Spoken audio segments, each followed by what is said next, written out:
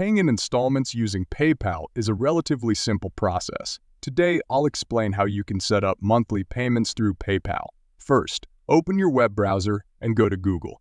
In the search bar, type PayPal Buy Now and Pay Later and press Enter. Look for the official PayPal link, which should be among the top search results, and click on it. This link will direct you to PayPal's page dedicated to their Buy Now, Pay Later service. On this page, you will find information about how you can purchase products and then pay for them in installments.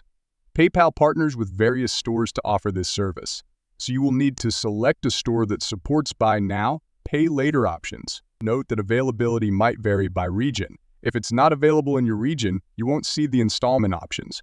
However, if it is available, you will see the offers and can proceed with your purchase by selecting the product you want to buy and choosing the installment payment option during checkout.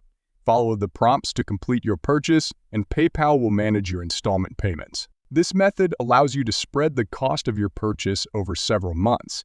I hope you find this guide helpful.